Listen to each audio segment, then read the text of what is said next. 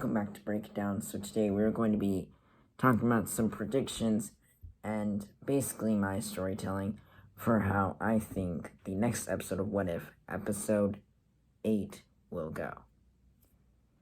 Now, we know it will focus on Tony being stuck on Sakaar, and it will also probably have some sort of setup for that finale crossover. So, what's the finale crossover going to be about? Well, a bunch of multiverse heroes from across What If Season 1 coming together to battle multiverse Ultravision type being. So, we're going to be predicting this, and by next week, we will find out how wrong I was. To start, this is the list of what cast would be for this episode. If this was right, this is the list for my prediction for it. How I would write it. Of course, this is not how it's gonna go. I know that for a fact. But this is just a fun little, trying to predict what might happen. But it's probably not gonna happen. So yeah, and also, I don't know who's going to be voicing Gamora and Valkyrie in this episode, but this is just, what it's gonna be, I found two voice actors who have voiced them in the past, and I think they work pretty well in the role, so I just went with them. And we already know who's voicing Tony Stark in What If, so yeah, that's our cast for this episode. So, shall we begin? Alright.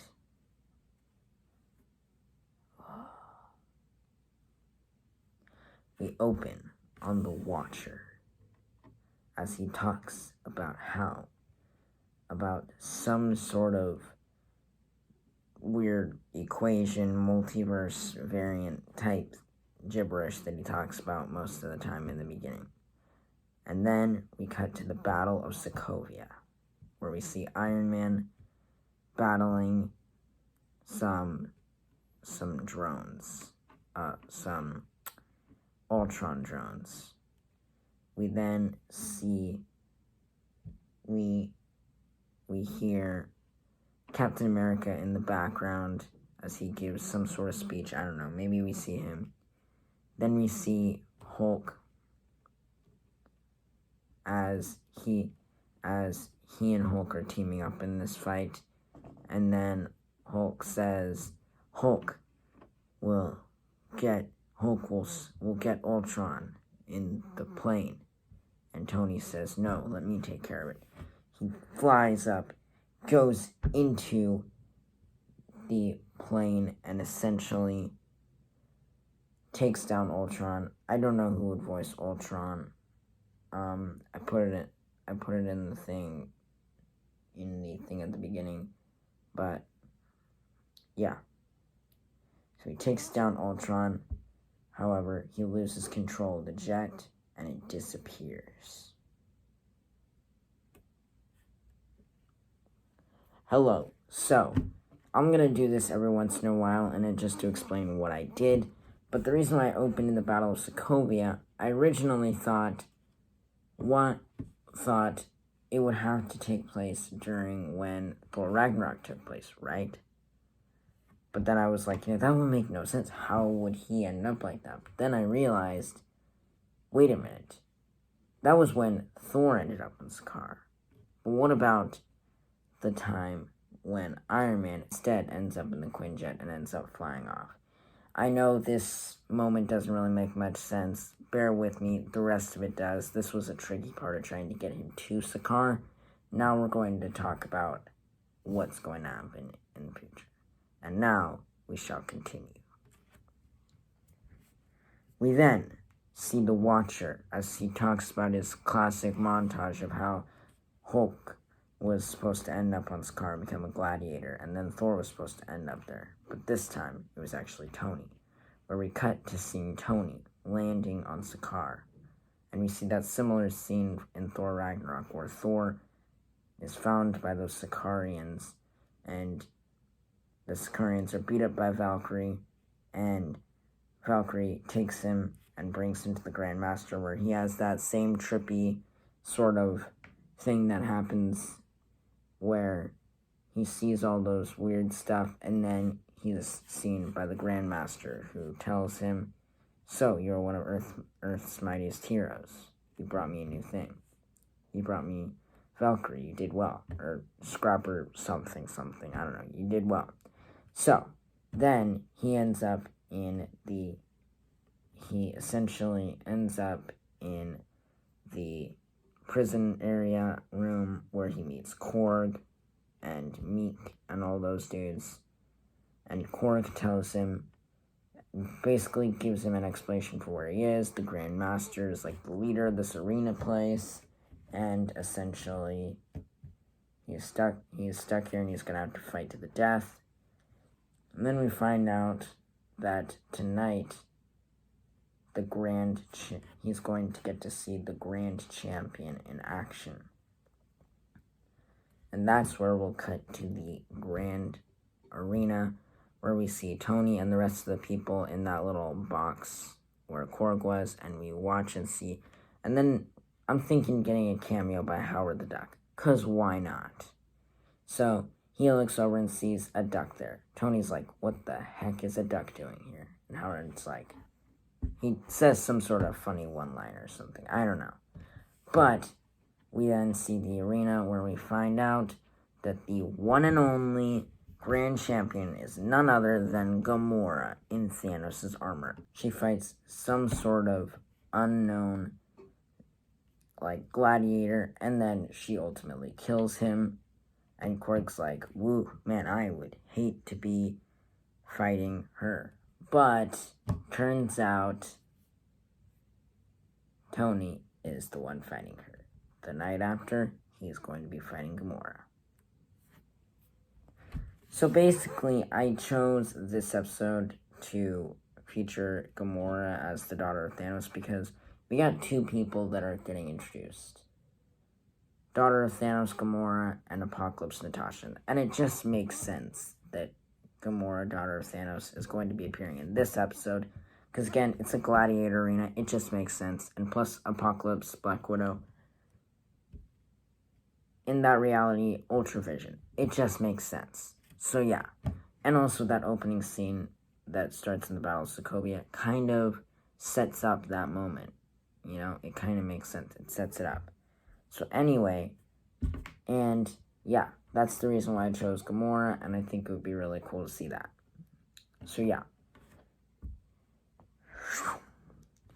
And we're back. So, the next day, Tony spends the whole day trying to getting supplies, sneaking around and getting supplies from Sakaar, some ship parts, and stuff like that, where she begins building an armor. Korg then reveals to him that Valkyrie is an Asgardian. And Tony does his classic little spiel saying, "Hey, I knew an Asgardian. I fought beside an Asgardian. Do you know him? Thor? Maybe you do." And she says, "I don't care about you." And then he continues building his suit. And that night, before the battle, we meet who to show up? The Collector. Why? Why not? So he shows up, and essentially we get to see that brotherly, banter between Grandmaster and Collector. So basically, I wanted to do Collector for that reason. I wanted to see the Collector and Grandmaster's banter. Why not? See those two have some funny moments. I think it would be really a fun thing to see those two together. Anyway, back to the story. So basically, the Collector says, "I lost my place and my slave girl, but I'm here because why not? I wanted to see your Grand Arena brother." Grandmaster says, "Well, you won't be disappointed." And essentially, we see Tony come out. He's out with some raggedy clothes. Maybe he's wearing that same clothes that Bruce Banner was wearing in Ragnarok because they were Tony's clothes. Anyway, He comes out all cocky. Then Gamora comes out and he tells her, I'll give you 5 seconds to yield. She says, I never yield. And so then he suits up in the Sicarian armor and they duke it out. She kind of wrecks his armor, however, it's not fully destroyed, and she essentially stops herself from doing this, and she reluctantly, leaves in a draw. It ends up ending in a draw, which Grandmaster is shocked with. It's never happened before. There's never been a draw, but basically, Tony says, this is my chance. I'm breaking out of here and bringing the slaves with me. And so, that night, as they're leaving, he asks Gamora, hey, how do you feel about breaking out tomorrow? You want to be free? I'm going to help you. Gamora is like, you know what? Sure, I'll be free. When really we find out her real agenda isn't so good. Anyway, we essentially see this. We then see that night they get ready. He tells the slaves, tomorrow morning we are going to break out. And so that night, Tony prepares for the breakout. And as they're breaking out, and the next morning, as they're breaking out, they're stopped by Valkyrie, who tells them, I know where the garage is, because now she's on board. So she, Gamora, and the others all come together to break out, and essentially we're going to see a really cool montage of them fighting Sicarians until we get to the garage. They suit up. Tony takes the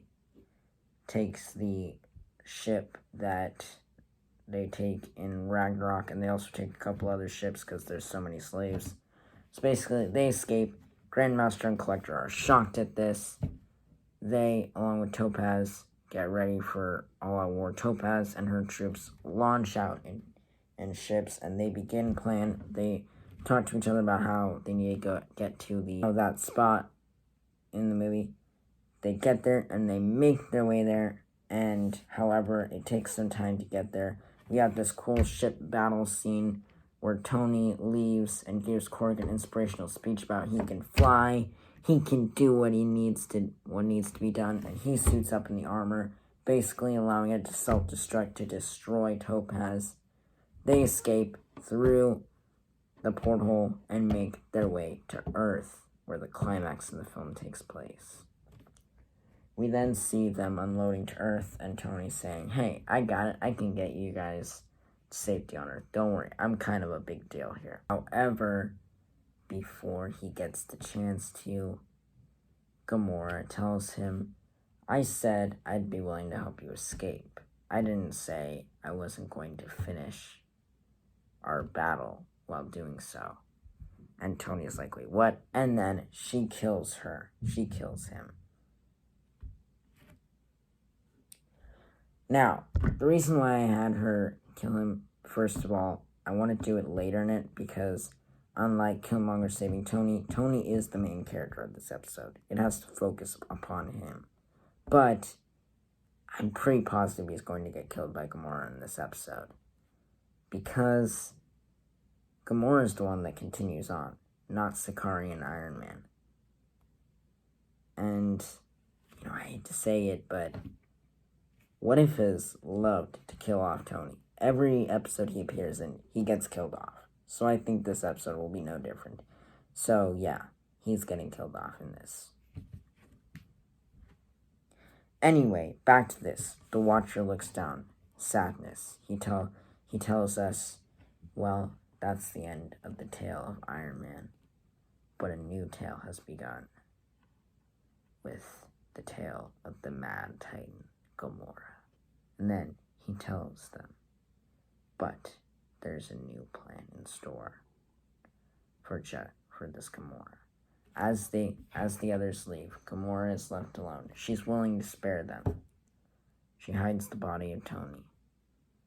But just then, Captain Carter from episode 1 shows up and tells her it's time to save the multiverse.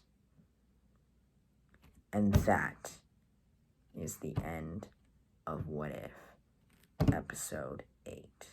What if Tony got stuck on Sakaar?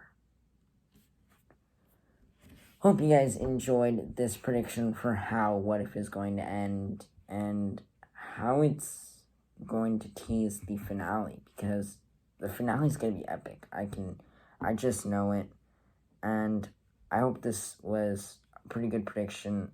I hope at least some of this stuff happens, at least, I hope. If not, that's okay. But yeah, hope you guys enjoyed. Please like and subscribe. We'll see you guys next time on Break It Down. Goodbye.